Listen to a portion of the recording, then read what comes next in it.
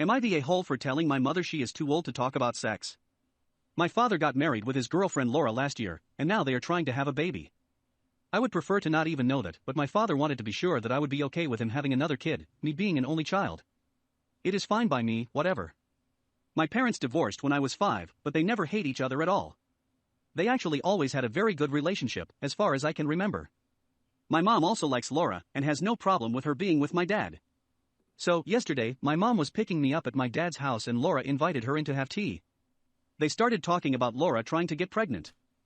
I wanted to go home, and was disgusted listening my mother talking about something related to sex, but I tolerated it at first.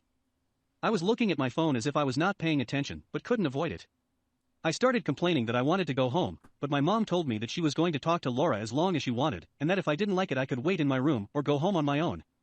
That was the worst because then I could not go to my room without looking like a little kid doing what she told me to in front of Laura, so I had to stay. My breaking point was when my mom asked Laura how many times my dad and her were doing it, and she said at least once a day.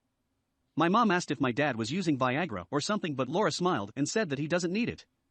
I got very angry and started yelling. I told my mom that she is too old to talk about stuff like that, and that she was being disgusting asking those questions. She apologized to Laura on my behalf, and left without taking me home. I think it was very rude of her to do that. Today, she has been totally ignoring me as if she is still angry. I know what I said was maybe too much, but I felt like that core idea was not wrong in that context. Am I the asshole?